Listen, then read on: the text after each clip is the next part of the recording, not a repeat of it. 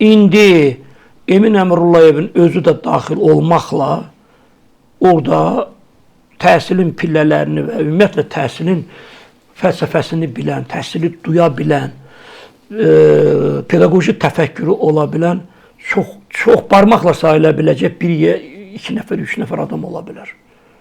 Çünki o qədər mi yəni? Bəli, bəli. Çünki görsənən dağa nə bələdçi. Yəni gəncdilər, ixtisasları uyğun gəlmir. Əksəriyyət hüquqşünas ixtisasçıdır. Burada birmənalı şəkildə deməli pedaqogika sayəsində biliklərə malik olmalıdırlar. Ən azından tədris proqramları anlayışını bilməlidirlər. Dövlət təhsil standartlarını bilməlidirlər. Ən azından insanlarla danışmağı və eyni zamanda kollektivlə söhbət eləməyi bacarmalıdırlar. Və siz bilirsiniz, o dövrlər laboratoriyalarda işləyirdilər, kitabxanalarda işləyirdilər, elmi iş yazırdılar və s. və ilə axır. Əksəriyyət bakalavr magistratura pilləsində bitirmiş şəxslərdir indi və şübhəsiz ki, yeni dövrün təhsili, indiki dövrün təhsili, indiki cəmiyyətin adını deyirik, informasiya cəmiyyəti və yaxud post-industrial cəmiyyət, əvvəlki dövrün təhsilindən daha mürəkkəbdir. Daha mürəkkəbdir, bəli. Və digər tərəfdən isə verilən səlahiyyətlər. Məsələn, ona görə Mişir Mərdanov dövrünü tərifləyirlər ki, idarəetmə indiki dövrə nisbətən qat-qat üfüqi xarakter daşıyırdı. Şaquli xarakter daşımırdı. Yəni, vəzifə daşıyanın səlahiyyəti var idi ki, vətəndaşla ünsiyyətdə olsun. Vətəndaşın probleminin həllini nazirə çatdıra bilsin. İndiki dövrdə... Yoxdur mu indi? İndiki dövrdə biz araşdırırıq, ekspertlərdir. İndiki dövrdə mən düşünürəm ki, belə bir situasiya yoxdur. Nazir axı cəmiyyətə açıqdır, tez-tez mətbuat konferansları keçirir, insan jurnalistləri dinləyir, sualları cavablandırır, açıq danışır bəzən. Birisi də tənqidi yanaşır sahəsinə. Onun özü də bir metoddur. Yəni o mətbuat konferansları ilə mətbuat konferansının dinamikalısına diqqət eləyin. Bir müddətdən sonra repetitorluğun faizi aşağı düşdü. Məktəbdə yoxsa pul yığılmadı. O nə verir? Yoxdur, düz deyirsiniz. Yox, nə verir? Onun fizikası nədir? Bax, mən sizə sual verirəm. O mətbuat konferansının, nə üçün orada o mətbuat konferansında sualların 90% bir-birinə oxşuyur? Deyirsiniz, yəni planlaşdırılmış. Əlbəttə, bir yerdə onlara verilmiş suallardır, bilirsiniz.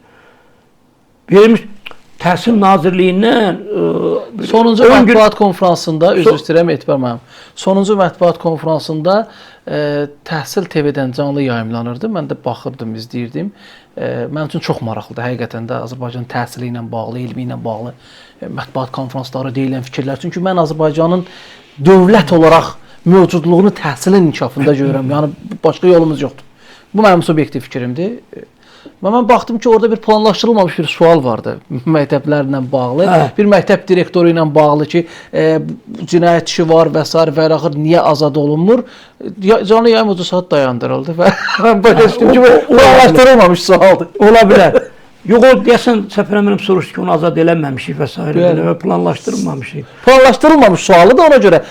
İndi siz bilirsiniz, cəmiyyətlə belə spektakl yaratmaq doğru deyil.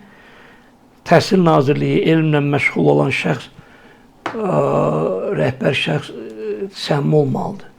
Yəni, o şikayətləri bizə nə üçün deyirsiniz?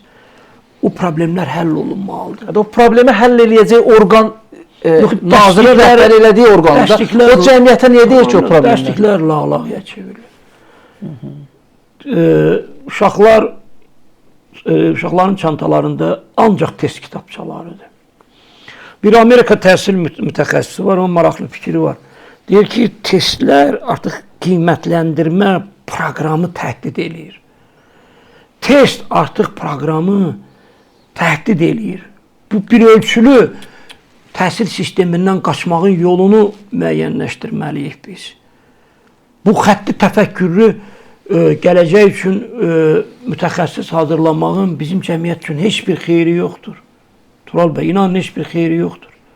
Bilirsiniz, ali məktəblərdə də vəziyyət eyni cürdür. Mən sizi inandırım, bir jurnalist kimi gedin görün. Son dövrlər alim məktəblərdə, kitabxanalara neçə yeni kitab dərsliyi alınıbdır. Siz o mənzərəni görsəniz dəhşətə gələcəksiniz.